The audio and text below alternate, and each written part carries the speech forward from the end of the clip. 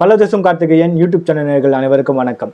வன்னியர் சங்க மாநாடு தமிழ்நாட்டு அரசியல மிகப்பெரிய அளவில் ஒரு அதிர்வலையை ஏற்படுத்தும் அப்படிங்கிற ரீதியில் பேசப்படுகின்ற இந்த நேரத்தில் தான் மே 11ஆம் தேதி மகாபலிபுரத்தில் இந்த வன்னியர் சங்க மாநாடுக்கான ஏற்பாடுகள் பார்த்தீங்கன்னா மிக தீவிரமாகவே போயிட்டு இருக்குதான் சொல்லி ஆகணும். பாமக தரப்பிலிருந்து மருத்துவர் அன்புமணி ராமதாஸ் அவர்கள் வன்னியர் சங்க மாநாட்டு குழு தலைவராக பதவியேற்று அதிலிருந்து பார்த்தீங்கன்னா அந்த மாநாட்டோட வேகம் இன்னும் சிறப்பாகவே போயிட்டு தான் சொல்லி ஆகணும். ஹை லெவல் ஹைடெக் டிஜிட்டல் தொழில்நுட்பங்களோட அந்த வன்னியர் சங்க மாநாடு நடக்க இருக்கிறது. இது வரைக்கும் எந்த ஒரு மாநாட்டிலும் அது மாதிரியான ஒரு தொழில்நுட்பங்கள் பயன்படுத்தப்படவில்லை அப்படிங்கிற ரீதியில தான் பேசப்படுகிறது. அந்த அளவுக்கு அந்த மாநாட்டை மிக தீவிரமாக செயல்பட்டு கொண்டிருக்கும் இந்த நேரத்துல தான் விசிகை சார்ந்த எஸ் பாலாஜி அவர்கள், திருப்பூர் தொகுதி எம்எல்ஏ எஸ் பாலாஜி அவர்கள் இந்த வன்னியர் சங்க மாநாட்டிற்கு நீங்க தடை பண்ணணும், அனுமதி தரக்கூடாது அப்படிங்கிற ரீதியில முதல்வர் அவர்களுக்கும் இந்து அறநிலையத்துறை அமைச்சர் சேகர் பாபு அவர்களுக்கும் அப்புறம் தமிழக தலைமைச் செயலாளர் அவர்களும் பார்த்தீங்கன்னா ஒரு ட்வீட் ஒன்று போட்டிருக்காரு. கண்டிப்பாக இது வன்னியர் சங்கம் அதில் மிகப்பெரிய அளவில் ஒரு கொந்தளிப்பு தான் ஏற்படுத்தியிருக்கு நம்ம சொல்லி ஆகணும். ஆனால் இதுக்கு முன்னாடி பார்த்தீங்கன்னா திருவண்ணாமலையில் உழவர் சங்க மாநாடு, அதுக்கப்புறம் கும்பகோணத்தில் வன்னியர் சங்க மாநாடு நடத்தி முடித்து மிகப்பெரிய அளவில் எந்த ஒரு அசம்பாவிதமும் இல்லாத சூழ்நிலையில் மிக சிறப்பாக பாமக அந்த மாநாடுகளை நடத்தி முடிச்சிருக்கு. இந்த ரீதியில தான் இந்த வன்னியர் சங்கம் நடத்தும் இந்த வன்னியர் சங்க மாநாட்டிற்கு எதுக்காக நீங்க தடை கேட்குறீங்க? உங்க கட்சி பல இடங்கள்ல மீட்டிங் போட்டிருக்கீங்க, மாநாடு போட்டிருக்கீங்க. அதை பத்தி பாமக சார்ந்தவர்கள் ஒரு துளி கூட அதை பத்தி பேசவே இல்லை. ஏன்னா உங்க கட்சியோட ஜனநாயகம், அதெல்லாம் நீங்க மாநாடு போடுறீங்க. ஒரு மாநாடு என்பது அந்த ஒரு கட்சிக்கு உண்டான ஒரு ஜனநாயக இதுதான்.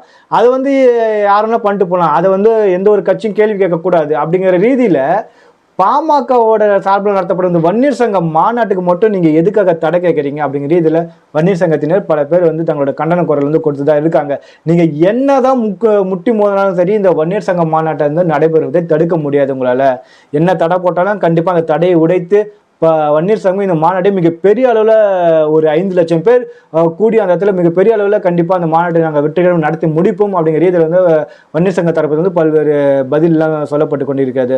அந்த நேரத்தில் எஸ் பாலாஜி அவர்களுக்கு நம்ம பல்வேறு கேள்விகள் முன்வைக்க வேண்டியதாக இருக்கு. நீங்க சொன்ன காரணங்கள் அற்ப காரணங்களா மாதிரி தான் இருக்கிறது. பாமக சொன்ன அந்த பறவைகள் அந்த வாழ்விடங்கள்லாம் பார்த்தீங்கன்னா கண்டிப்பாக அதெல்லாம் ஏற்றுக்கொள்ளக்கூடிய விஷயம் தான். ஆனால் பாமக சொன்ன அந்த இடத்திற்கும் இங்க வன்னியர் சங்கம் நடத்தும் மாநாட்டுக்கும் சம்பந்தமே இல்லையே. அது மட்டும் இல்ல, அங்க என்னதான் இந்த மாசுகள் ஏற்பட்டாலும் சரி, அது பாமக சார்ந்தவர் கிளீன் பண்ணிட்டு போயிடுவாங்க. அதுக்குன்னு ஒரு குழு அமைச்சு அந்த இடத்த கிளீன் பண்ணுறதுக்கெல்லாம் தான் பல்வேறு ஏற்பாடெல்லாம் பண்ணியிருக்காங்கல்ல.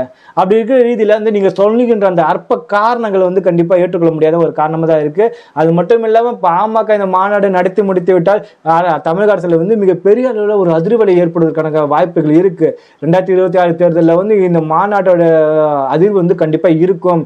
அது மட்டும் இல்லாமல் வலிமையான ஒரு எதிர்க்கட்சி கூட்டணிகள் பாமக, பிஜேபி, அதிமுக கூட்டணி ஏற்படுவதற்கு இந்த மாநாடு கண்டிப்பாக ஒரு முக்கியத்துவம் வாய்ந்த மாநாடாக அமையும் அப்படிங்கிற ரீதியில பார்க்கப்படுகின்ற இந்த நேரத்துல விசிகே எதற்காக பதறுகிறதுன்னு நம்ம ஒரு கேள்வி ஒன்று முன்வைக்க வேண்டியதா இருக்கு.